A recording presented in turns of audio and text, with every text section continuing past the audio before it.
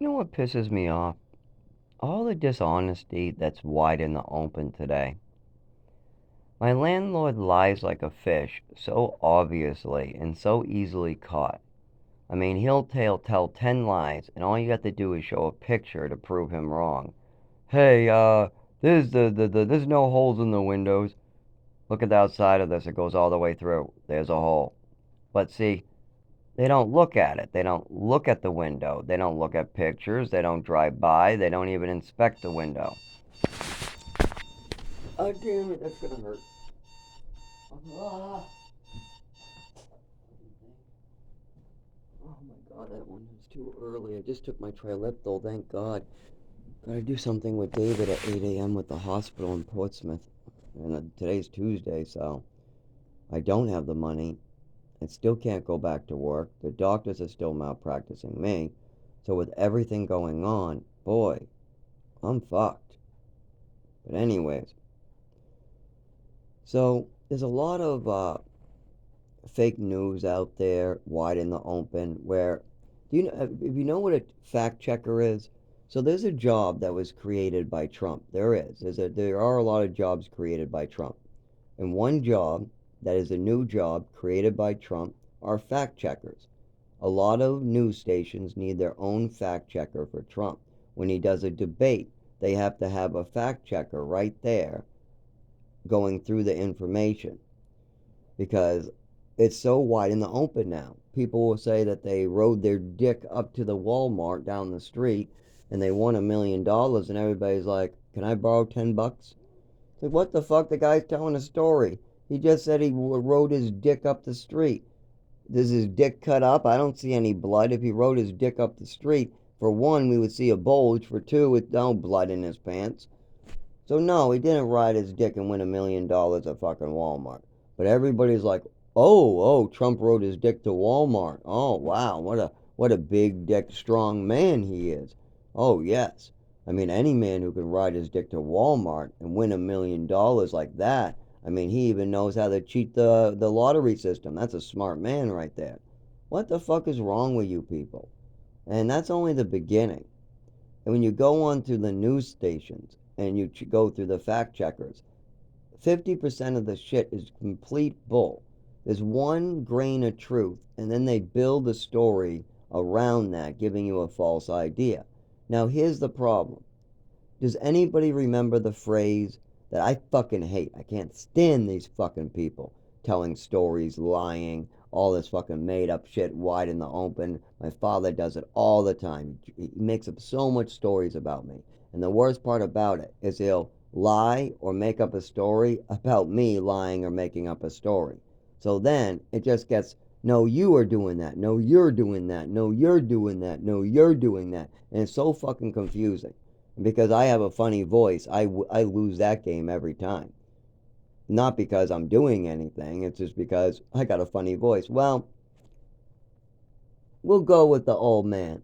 Yeah, he got money, he's wearing a suit, he goes to church, he has a nice car. We'll go with him. None of that has to do with if he's honest or not. Why don't you go check his record of how honest he was with the state?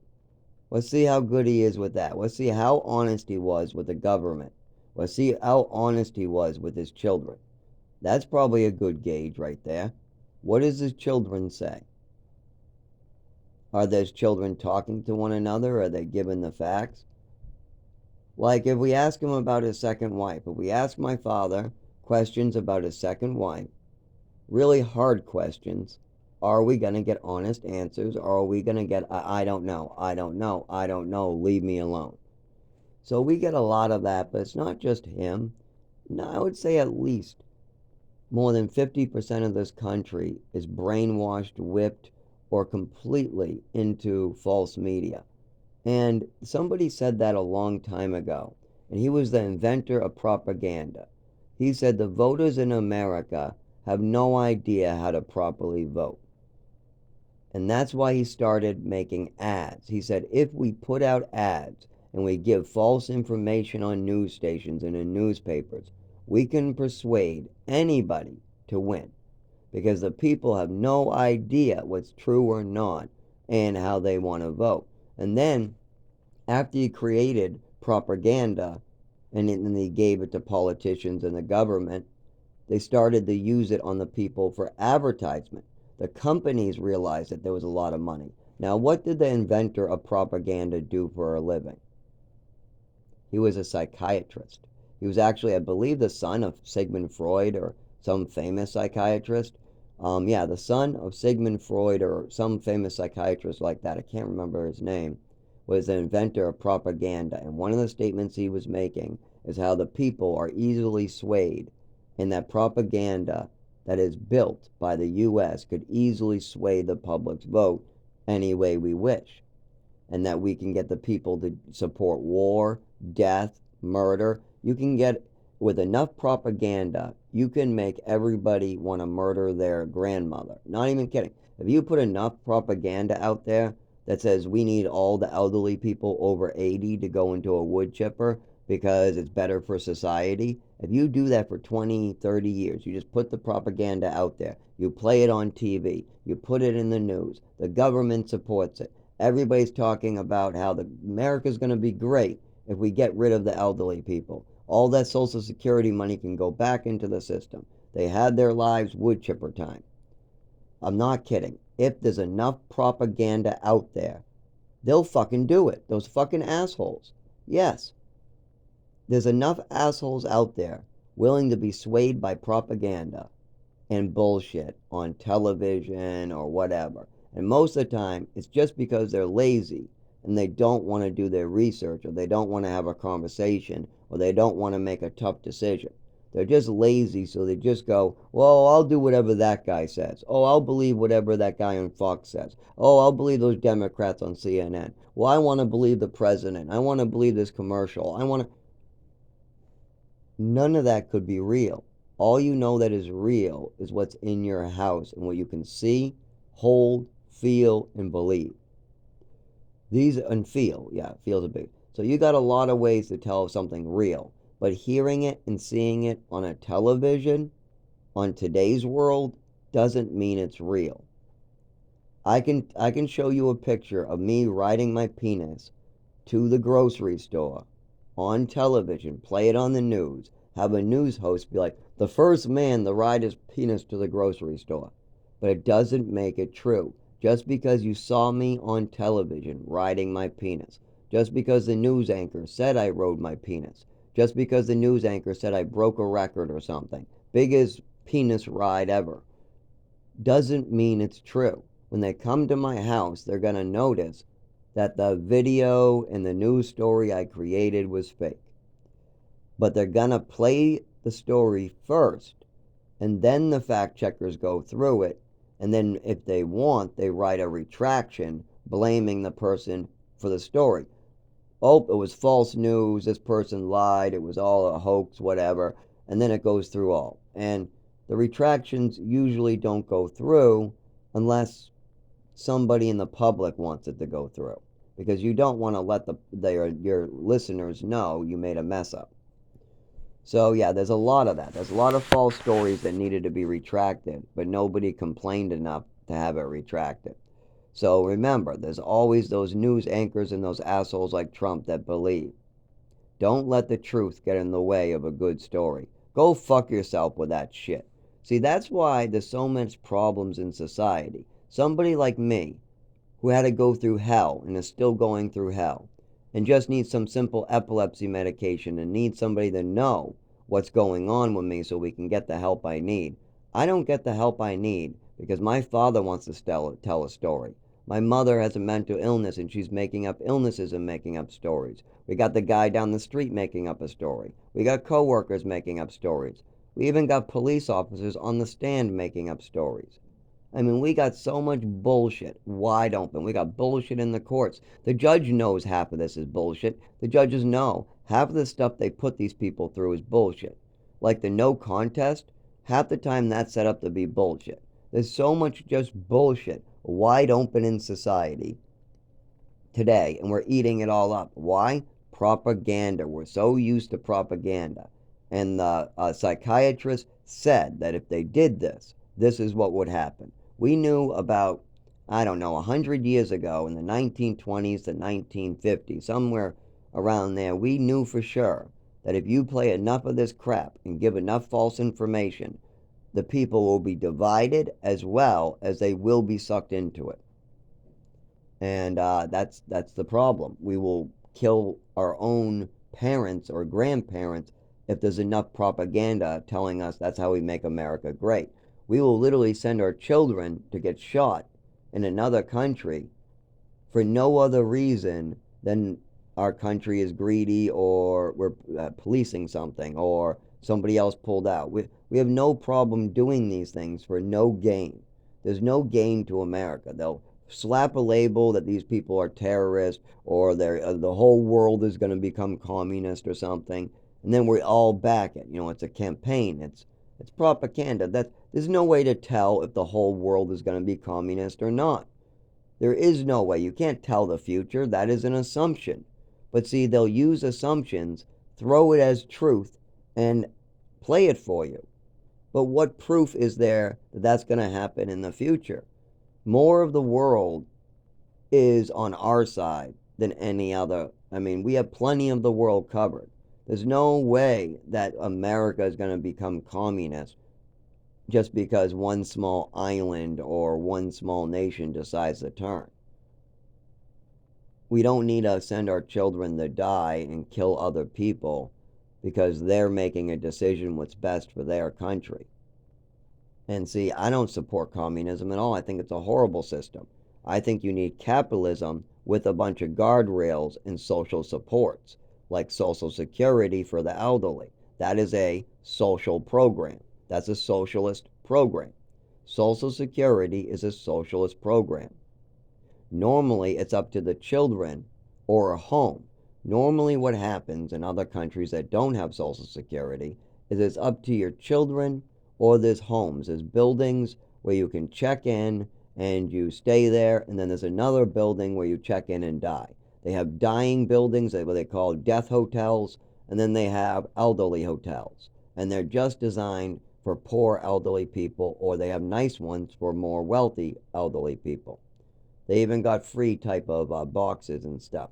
So that's the system that most countries use that aren't, you know, millions of dollars into greed and capitalism. Like France and England and us, most of Europe, we have Social Security. But that is a program that started in very socialist countries, countries that are very, very socialist. And that's how it started. And then we saw that and we copied. Well, why don't we do that with more stuff? If we see something working that can be added to capitalism, like a guardrail or a social program, why don't we do it? And if something is not working, like lobbyists giving money, like we want prices for medications to go down. We want the big pharma to be regulated. We want big pharma and the doctors not to malpractice us, hurt us. We want our medications not to be 20 times more than Canada. If I'm getting insulin, I don't want to pay $100 while the guy in Canada is paying $10. That's ridiculous. Okay, so let's say that 90% of Americans want this and they're all voting for it. We all want prices to be better at the pharmacies and with the doctors. Okay, so we all want this. Everybody wants to stop being gouged by Big Pharma. Let's say Big Pharma is giving $200,000 to the Republican Party every month or every year. Actually, it's more like in the millions. Let's say they give $2 million to the Republicans every year. And then the Big Pharma also gives $2 million to the Democrats every year. They give individual $100,000 lobbyists that campaign some people that are running for Congress or running for mayor or running to lead or be our representative. That person is going to take money from Big Pharma so he can run his commercials and campaign. He needs advertisement money. He needs money to pay his house while he's out of work. I mean, he's going to be out of work for quite a while, so he's going to need to pay his like mortgage and everything else while he runs. It's a full-time job to try to run for, Congress or whatever. A lot of them have their own money that they can invest as well. So, but you have, let's say, a large amount of money from Big Pharma going in there, and they call it lobbying money. They're paying for houses, vacations, anything part of the campaign. But remember, they write vacations and they pay for houses. They not only pay for their mortgages, like rent that's allowed, they buy them whole new houses sometimes and call it a campaign donation. Now, if you got Big Pharma buying your local representative a house, and then you want your local representative to lower prices for at Big Pharma's front door, Big Pharma is going to say, we don't want to lose money. No. So that 1% of people that own a bunch of pharmaceutical companies have more power than 90% of Americans. If 90% of America wants better prices at the pharmacy, and we know it can be done, and we want regulation, it won't be done because there's already bribery. We've broken our system. We knew that this would happen. We've been told by our forefathers that if this happens, it will be the death of America. Abraham Lincoln said, America will not be destroyed from the outside. We will destroy ourselves from the inside out. America will be destroyed by ourselves. We will do it to ourselves. And they warned us, our forefathers warned us, not to let the big corporations get out of control. Because that's the one problem with capitalism. If the big corporations make too much money, get out of control with it, then they get bored and they want to buy the country. They want to buy politicians. When you get enough money to buy a country, that's when they start trying to buy more money by buying politicians. Then they double their money and now they have more money than most countries have. But that's the problem. When these billionaires get so much money that they don't know what to do with it, and they can have anything in the world they want. They can go to the moon if they want.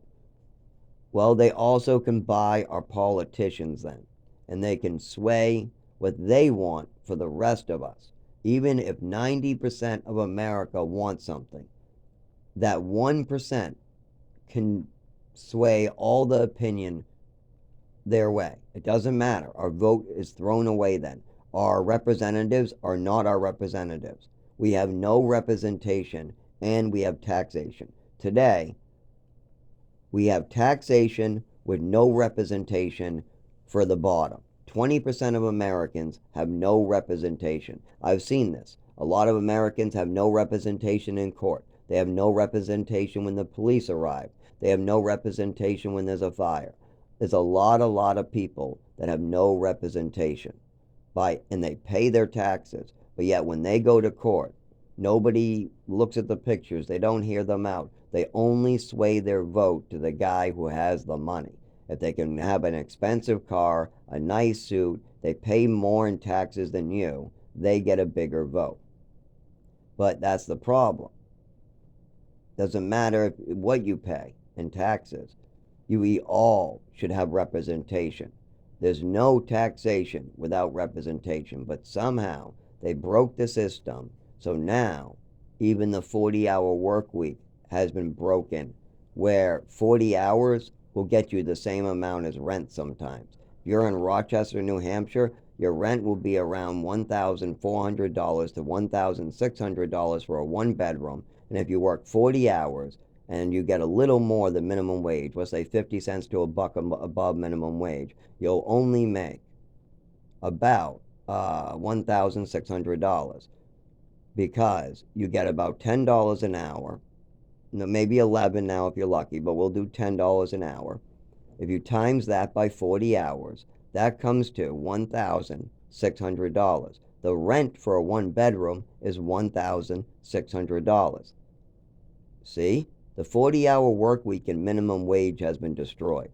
I don't think anybody in 1950 working 40 hours at an essential service job like a gas station or a butcher shop was making less or exactly the same as their rent. Because if you got to pay electricity, now you don't have your rent money. If you pay $200 in electricity, now you're short on your rent. And this is very common around America. Now, I make up for it by taking care of elderly people on Social Security, or I'm really good with disabled, elderly, crazy, doesn't matter. I make up for it by getting a two-bedroom that's maybe $100 more, and then splitting the rent in half. That's how I'm able to survive. That cuts, at least 20 hours off. If I was by myself in this apartment or in the one downstairs, I would need 15 hours or more just to pay the electric, rent, and maybe get to work. I'd probably need more than that because it's $400 now to taxi yourself in town for the month. Yes, I'm $15 there, $15 back, Rochester to Rochester every day. That's $30 a day. If you work 5 to 6 days a week, that adds the fuck up. Because think about it, 4 days at that rate would be more than 120 bucks. That's more than 400 for the month. Way more. And that's if you go both ways. Sometimes I can go one way, but let's say you have to go one town over. Let's say you're going Rochester to Somersworth. Now it's 30 each way. Now if you go both ways, you're probably getting half your check gone. But that's because they gouge. The way inflation has gone up, that's the way it is. You can go to Portsmouth or Concord, sorry. You can go to Concord from where I am in a car for about $15 or less in gas. They said $6 on the Google. If I take a taxi, it's $215. Up to 480, it said. It said 220 or something, 210 or 220, all the way up to 480 if I want to take a taxi. And if I take trains and buses, it averages at 56, 70 bucks, something like that. You can Google it, and depending on where you are, it just adds it all up. And it gives you like a in-between number. Like it'll give you 240 or 220 or some random number like that. And then it'll have a dash, and then it'll have 480. So it could be any amount in between that depending on the taxi company. But that is ridiculous prices. If they're only using $6 in gasoline and they're only driving for an hour and a half or 2 hours, let's say. Yeah, it said about a 45-minute ride in a car. It didn't say too much. But let's say we go from Rochester to Concord and it takes us an hour. Okay, that's 2 hours, and he just made $300. That's $150 an hour. That is ridiculous. That is fucking nuts. Now, why is a taxi company charging us like that if the gasoline was only $6 to $15? Because we know that gas wasn't the cost. I mean, gas prices are high, but not that high. Well, we estimated it as $6 to $15. Okay, that's not a lot of gas for 1 hour. It's 1 hour there, 1 hour back for him. And we're not even supposed to pay him to go back. So I'm only supposed to pay him for the 1 hour. But yet I'm paying $300 for 1 hour, and then he's driving himself back for an hour. That's just fucking ridiculous. I mean, 240 is the least, and you're not going to find that. You're just not going to find that price. It's going to be closer to 300. I mean, that's nuts. And that's because they have suppressed wages at the bottom, meanwhile shifting our wages to the top. The way they do this is through inflation. Every couple years, your check has to go up to account for inflation. The prices of everything goes up. Your check has to go up. But every year, when your check was supposed to go up by $1 or 50 cents or a quarter, instead of getting the dollar, they would give you 50 cents and shift the other 50 cents to the top, giving it to people on the top so they get more of a bonus. So the people at the top get it easier and easier and easier and easier, while the people at the bottom get it harder and harder and harder and harder. Because you got 50 cents more, but the price of everything else is $1 more. And then the next year, the price of everything is $1 more and $1 more. And you're only getting half of what inflation is. The other half is going to the top. So it was a trick. Well, all they did is they shifted wages to the top for about 50 years. They started doing this in the 70s. And that's the way they've been able to steal money out of the working class. They did this before in the 1800s all the way to 1935, 1940s.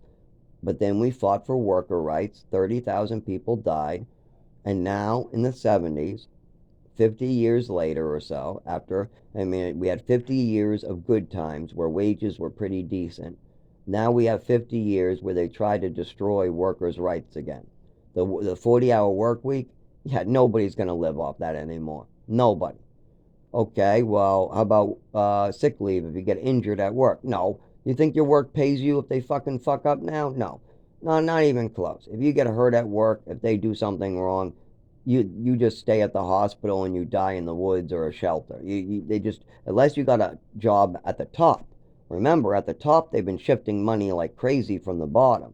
So at the top they're getting bonuses like you never seen before. They're getting vacations like you never seen before. They're giving sick leave to people just with a sprained ankle. They're getting bonuses and things like you never seen before. And that those CEO jobs, accountants, bankers, just anybody at the top. But the people at the bottom, since 1970, has had their wages stolen from them in a sneaky way through inflation. They've had a lot of their benefits stolen. Teachers don't got their benefits anymore because they're at the bottom. Teachers are a government worker, but they're at the bottom. They get paid almost half what even a police officer makes half the time. I mean, there's so many government jobs that pay more than a teacher, and they lost their benefits. Teachers used to be able to get a lot better deals, like their retirement was pretty good. They could get tenure. They're doing away with that. All the benefits at the bottom have been done away with. Meanwhile, the benefits at the top are never been better. I mean, if you're wealthy and you can afford a good attorney, you can get your son free money. All you have to do is pay a doctor off to give you a paperwork that your kid has anxiety. And then all you got to do is go against the government over and over with that attorney. If you have a super good attorney that you paid like 26, $40,000 for, you're getting that Social Security. The government can't fight people at the top because they waste all their money going after people that are defenseless because they know they can't fight back in court. They don't have money for an attorney, so they just get those jokers, those joker attorneys, the half-ass people. Half-ass people that screw people into being in prison for crimes they didn't commit. I've seen lots of people come out of prison, and I read their case, and it sounds like this is stupid. I mean, yeah, you weren't good. Yeah, you were inappropriate. But this is over the top gonzo. And so a lot of it is just complete, wide in the open bullshit. And I'm tired of it. I'm tired of seeing it. While people like me are honest and we're called bullshit, then we got presidents bullshitting. We got my father bullshitting. We got my father bullshitting while calling me a shithead bullshitter. I mean, how fucked up is that? I mean, it's just so fucked up. And my family got the curse. I mean, well, their curse is just being assholes and evil. My curse is that I was actually never be able to move my legs or body until I get epilepsy medication. I have to have seizures and get head injuries for the rest of my life until doctors help me. And the doctors have helped me a little bit because they see it. They've seen the injuries. They've seen that. But they don't know the cause, even though I'm telling them it, because they need more medical history. But my family is saying the cause is nothing. It's all made up. Meanwhile, I'm saying the cause is I've had this for 25 years and thousands of people have told me about it, talked to me about it, seen it. Teachers have pointed it out. I mean, this is something that's been going on for 25 years. So it's definitely very, very real. I mean, god damn, it's real. So many people have commented to me about it. I mean, we've known this for a long time. Especially when I shiver. The shiver, oh, I've had a couple seizures now from that. And I mean, I will shiver. Like before, I would try to shiver and it would just be painful. Now I end up waking up in an emergency room sometimes with head injuries on the ground as people tell me, you had a seizure, we put you through the brain scan and we see seizure activity. Oh, okay. Well, that's the one in Lowell. I don't think they saw any seizure activity when I had the milder one at work because they got that me checked 2 hours afterwards while Lowell checked me right away. Within 30 minutes, I was getting a brain scan in Lowell. It took them about 2 hours to get anything done in Wentworth Douglas, and they injected me with a shitload of Ativan and a bunch of shots on arrival. So they kept on injecting me for my whole stay. until I woke up. So, yeah. I mean, a lot of Ativan. I must have been shaking pretty bad at the beginning. But then again, like I said, my parents keep on saying, it's a game I'm playing. I'm violent. I'm out to get people. Hold him down on the ground. Yeah, torture him. Yeah, look how much fun we're having. We're telling doctors to hurt our son and they're hurting our son. It's working. Oh, great. 25 years of misinforming doctors is killing our son. Isn't this fun, honey? Isn't it fun to call our son a shithead and get him malpracticed all the time until he's screaming in pain, his guts hurt, his back hurts, his spine hurts, his leg hurts, his arm hurts, and he can barely talk? Isn't this fun, taking away our son's voice in public and taking away his ability to walk? Isn't this a fun game we're playing, honey? Making up stories at the doctor, calling our son a shithead, trying to make out like he's evil and out to get us. Oh, yes, he's so bad. Oh, my God. Yeah. Well, yeah, he did all these awful things, even though nothing ever happened to them. I'm the victim here. They only start talking about those awful things when they do something awful. And half of it is just made up shit. Like I would be lighting a match. I looked at a match. That's it. I'm age 5 years old. I looked at a match. Or I showed them a swimming medal. That's it. Something basic. And they'll say, I burned down their house or I tried to burn down their house. Was a total fantasy that my mother spinned. And I was only 5 and she was telling me I had to say it, that somehow I could have burned down the house. So I'm trying to burn down the house. And I need to tell my father how I'm trying to burn down the house and all this crazy shit my mother's trying to spill. And then for the medal, my mother's telling, oh, he makes up stories. Oh, this, oh, that, oh, this. When all I did was show her the medal from when the orphanage brought me to the YMCA. That's it. I was like, and this behavior continued to the day she killed herself with drug and alcohol. My father's still trying to hide it. He'll say anything. He'll come up with any thoughts in his brain, any story he can to make me seem like the evil asshole and everybody else is angels. Yes, he's evil. I bet Zach did this, and I bet Zach did that, and I bet Zach did that. I think he did this, and I think he did that. Why? Because he's been influenced by a crazy woman for 15 years. And I walk funny, I talk funny, and when you hurt me with a ruler or you steal my money, I get a little upset. I do. But then I bail my father out when the court charges come and Social Security, the state, and the program and people are charging him with a crime. I still get him out of trouble. I did that for him. Now, no son at 19 years old is supposed to bail their father out. It's supposed to be the other way around. Fathers are supposed to be bailing their son out for being in a prison cell. You know, you come by, you swing. Well, when I was a teenager, who picked me up? Dan Beaudry, a friend in the family. My family was too fucked up to call them. They're too fucked up in the head. What did I get bailed out for? I stole a cough medicine for a 17-year-old girl who wanted it. Not from me this time. Yeah, I've taken cough medicine myself. I'm not saying I never did that, but this time when I got caught, it was for a girl in the parking lot from school. Anyways, that doesn't matter. I told the police I did it for me because doing that for somebody who's 17, technically they're underage. And I think I was 18 at the time or 19. So that would have been bad. Stealing cough medicine for somebody who's 17 in the parking lot. Yeah, no good. That was stupid of me. I was 18, stupid. And she was an ugly girl with problems. She took cough medicine. She, didn't have the money. I told her I would go get it for her. No big deal. But stupid, stupid me. I wouldn't do that ever again. But the things you do for a girl, huh?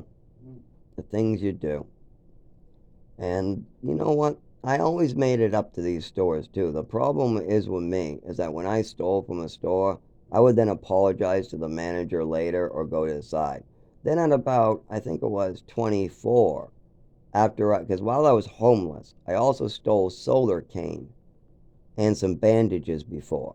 So I'd steal stuff like that when I was had second degree burns from sunburns on sunburns and the emergency room was prescribing Vicodin.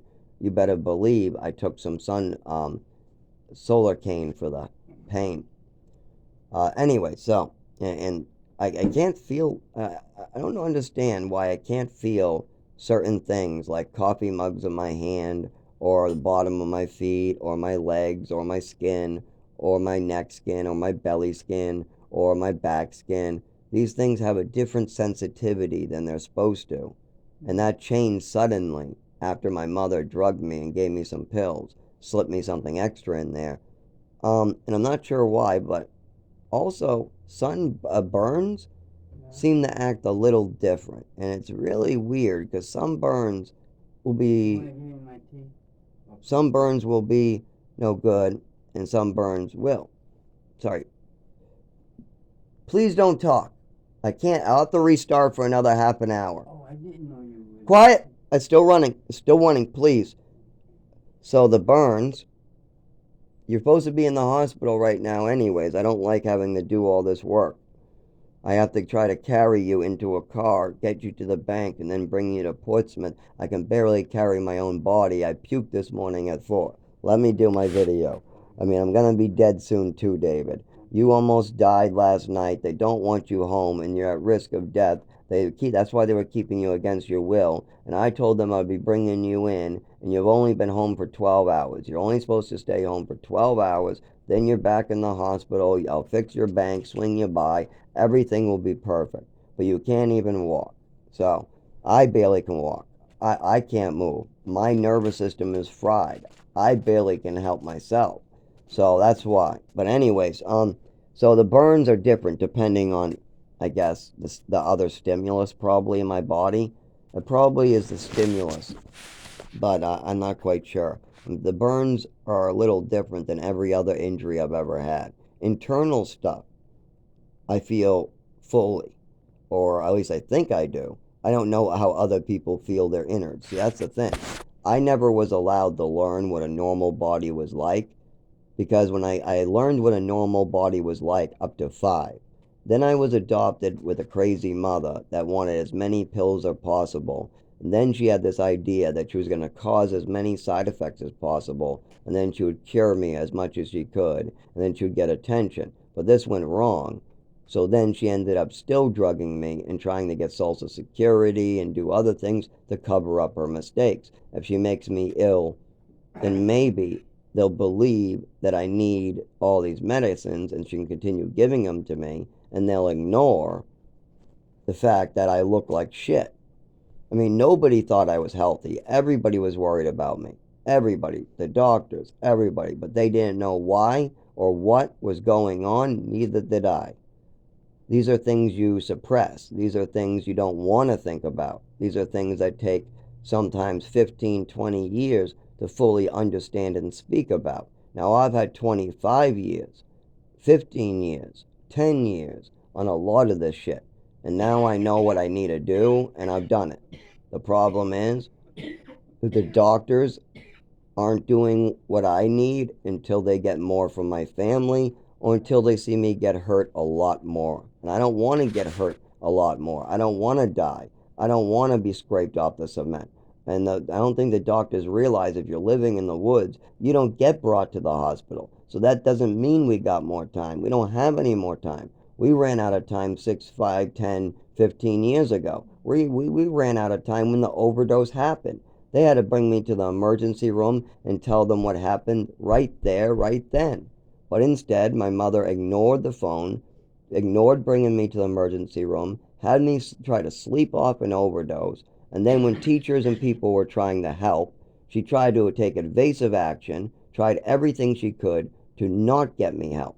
When they wanted me in neurology or physical therapy or speech therapy for the next 10 years, or if I needed it at age 15, 14, my mother would ignore everything the doctors have been telling her for the last 10 years and try to go with her bullshit, more bullshit, more bullshit, more bullshit. And she knew exactly what she was doing, giving the doctors false information, setting me up to get hurt while slipping me her own pills mixed in.